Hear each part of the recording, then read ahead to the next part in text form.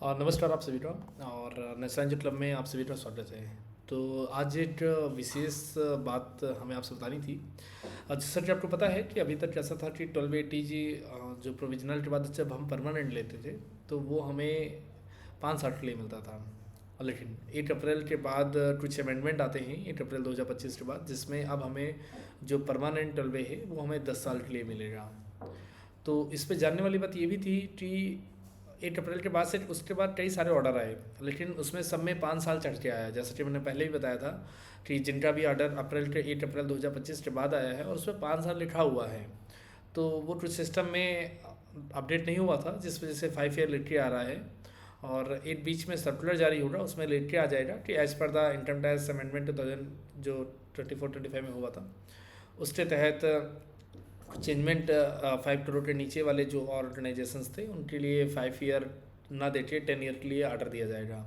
तो एक ऐसा ही सर्कुलर जारी हो जाएगा जिसमें ये लिख जाएगा कि 1 अप्रैल 2025 के बाद जितने भी 12 के ऑर्डर हैं उनको 10 ईयर के लिए कंसिडर किया जाए। लेकिन मेन बात ये है कि अब इधर महीने भर से सिस्टम में अपडेट हो गया है, और इनकम टैक्स पोर्टल में जब भी आप परमानेंट 12 और 80 का जब ऑर्डर आ रहा है तो 12 के ऑर्डर में 10 ईयर भी लिख के आ रहा है। तो मुझे लगता है ये मैं पहला ऑर्डर ऐसा है जो मैं आपको दिखाऊंगा जिसमें परमानेंट 12 में 10 ईयर के लिए मेंशन भी होके आने लगा है। पहले 5 ईयर आ रहा था, अब 10 ईयर आ रहा है।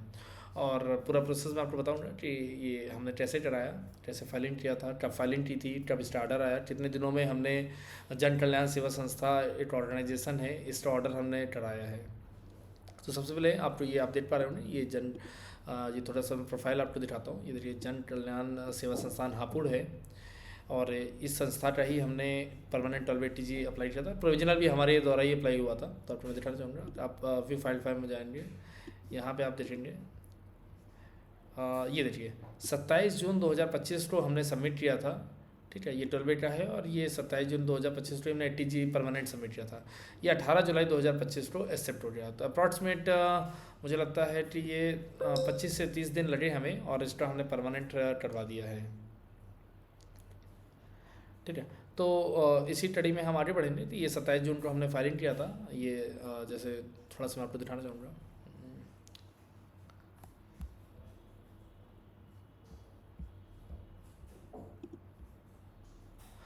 ये फाइलिंग फॉर्म है। तो ये टी जी की फाइलिंग थी। ठीक है, और इसी में ही ये 12 की फाइलिंग थी। तो इसको भी आप देखेंगे,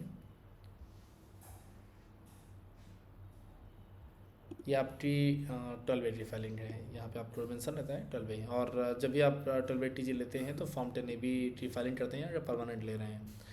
तो ये हमने फाइलिंग किया था। इसके बाद प्रोसीडिंग में जब हम जाते हैं तो यहाँ पे आपको नोटिस दिखा दिया जाएगा। ये देखिए, नोटिस आई थी।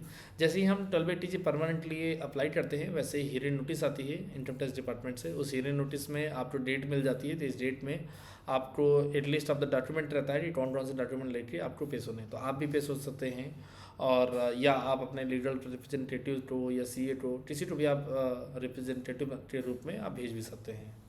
इस बात का बहुत ज़रूर ध्यान देना है कि आप जिसको भी 1280 के लिए अपनी फ़ाइल देते हैं, वो परमानेंट के बारे में या उसके जितने भी क्लॉज हैं उन सब के बारे में एक अच्छा नॉलेज रखता है। अगर आपका परमानेंट 1280 रिजेक्ट हो जाता है तो आपका तत्काल रूप से प्रोविजनल भी कैंसिल मान लिया जाता है, और वो ऑर्डर में लिख के आता है कि प्रोविजनल इज़ आल्सो कैंसिल्ड। तो इस बात का ध्यान देना है हमें। ये आपको मैं दिखाना चाहूँगा, इस टाइप से आपकी नोटिस आती है। ये जन कल्याण सेवा संस्थान हापुड़ है, और ये देखिए नोटिस आई है। जैसे 21 जुलाई 2025 की डेट आई थी। तो 21 जुलाई 2025 को हमारी टीम से एडवोकेट वहाँ पे पेश हुए थे और इसको ऑर्डर करवाया था। तो ये देखिए, इसमें ये स्लाइडेड डॉक्यूमेंट, जब आप copy of the form 10A, मतलब इसमें ये रहता है कि जब भी आपने 12 के लिए या टी के लिए प्रोविजनल कराया होगा तो उसमें डायरेक्ट आपको ऑर्डर मिल जाता है। लेकिन कोई भी सीए या एडवोकेट आपको उस समय जो फाइलिंग किया था फॉर्म वो नहीं देता है। तो उसमें कई बार कई गलतियां भी कर देते हैं लोड, तो वो आपको देते नहीं हैं, या उसमें पूरा फुलफिल नहीं करते हैं सारी चीज़ें, तो आपको नहीं मिल पाता है। तो वहाँ पे लेकिन जब परमानेंट में आप जाएंगे तो सबसे पहले आपका प्रोविजनल भरने का जो फॉर्म था वो माना जाता है। अच्छा, एक बात और मैं आपको बताना चाहूँगा कि आप ये लाइन पढ़ेंगे, application is made at least 6 months of the prior to expiry of the period of the provisional registration or within the 6 months of the commencement of its activities which earlier। इसका मतलब क्या होता है कि जैसे ही आपने मान लीजिए प्रोविजनल ले लिया, प्रोविजनल लेने के बाद आपके पास दो ऑप्शन आते हैं। पहला ऑप्शन आता है कि या तो आप उसमें कोई भी काम नहीं कर रहे हैं, वो ऐसा ही पड़ा हुआ है लिया हुआ, और आपने कोई भी एक्टिविटी नहीं किया है, कोई भी डोनेशन नहीं लिया, कुछ भी नहीं किया, तब आप उस स्टेज पे क्या करते हैं, जब एक्सपायर होने वाला होता है 3 साल के लिए, जैसे मान लीजिए है रिसीव प्रोविजनल मिला, तो एक्सपायर होने से 6 महीने पहले आप अप्लाई कर देते हैं। ठीक है, लेकिन सेकंड कंडीशन रहती है कि जैसे ही मान लीजिए आपने प्रोविजनल लिया और आपने सेकंड डे ही या थर्ड डे आपने कोई सोशल एक्टिविटी कमेंस कर दिया, किसी भी तरह की सामाजिक सेवा कर ली, किसी भी दान ले लिया, तो उसके 6 महीने के अंदर परमानेंट अप्लाई करना होता है। और लास्ट इसमें जो मेन ध्यान देने वाला था, लिखा है विच एवर इज अर्लियर, दोनों में से जो पहले आता हो।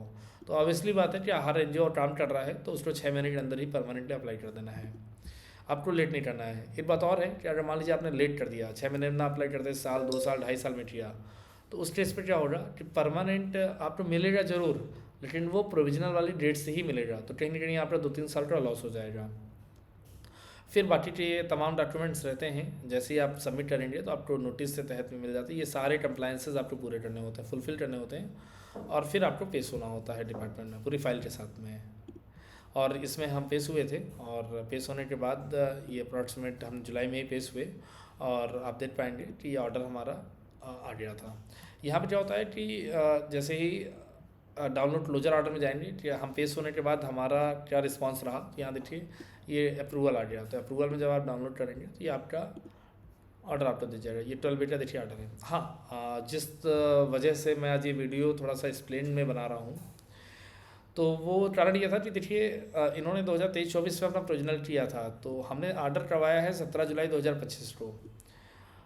ध्यान देने वाली बात क्या है कि 25 में ऑर्डर हो रहा है, लेकिन चढ़ के क्या आ रहा है 23-24, तो इसका मतलब होता है कि इस साल 23-24 को ही इन्होंने प्रोविजनल लिया था, तो प्रोविजनल को ही परमानेंट करते हैं, तो इसलिए same as it is assessment year से आगे बढ़ा देते हैं। लेकिन यहाँ पे देखिए ये 32-33 लिख के आ रहा है, इसका मतलब है कि ये 10 साल के लिए इनको 12 मिला हुआ है, तो 10 ईयर के लिए अब ऑर्डर चढ़ के आ रहा है।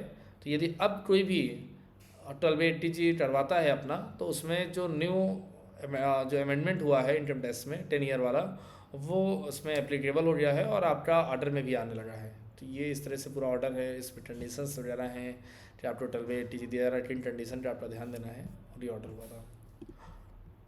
और same H T G ATG में जाएंगे तो यहाँ पे देखिए क्लोजर ऑर्डर है, ये भी अप्रूव्ड है। एक तो यहाँ से आप चेक कर सकते हैं, सेकेंड वन रहता है कि आप यहाँ से भी जाके चेक कर सकते हैं। ये देखिए यहाँ पे भी एक्सेप्टेड है। कई बार देखने में ये भी आया कि कई लोग फर्जी बना के वर्ड से एडिट करके ही परमानेंट ऑर्डर दे देते हैं, तो वो सब बेकार है, आपको ऑनलाइन शो होना चाहिए। तो यहाँ पे देखिए शो हो रहा है। तो यदि आप भी चाहते हैं कि अपना 1280G परमानेंट अप्लाई करवाना चाहते हैं, या 1280G अप्लाई करने के बाद आप हियरिंग नोटिस में हमें अपीयर करवाना चाहते हैं, तो भी आप करा सकते हैं। यदि आप चाहते हैं कि आपका 1280G रिजेक्ट हो गया है, तो क्या दोबारा 1280G हम प्राप्त कर सकते हैं, तो वो भी आप बात कर सकते हैं। यदि आपका 1280G प्रोविजनल का टाइम खत्म हो गया है और परमानेंटली अप्लाई करना चाहते हैं, तो कंडोनेशन का क्या प्रोसेस होता है, उसमें भी आप हमारी टीम से सहायता ले सकते हैं। हम अपना नंबर अभी हम उसमें आपको डिस्क्रिप्शन में हम दे देंगे, और आप हमसे संपर्क करके अपना 1280G परमानेंट की फाइलिंग करवा सकते हैं, प्रोविजनल की फाइलिंग करवा सकते हैं, या एनजीओ संबंधित कोई भी काम हो वो आप हमारी लीगल टीम के माध्यम से करा सकते हैं। बहुत बहुत धन्यवाद।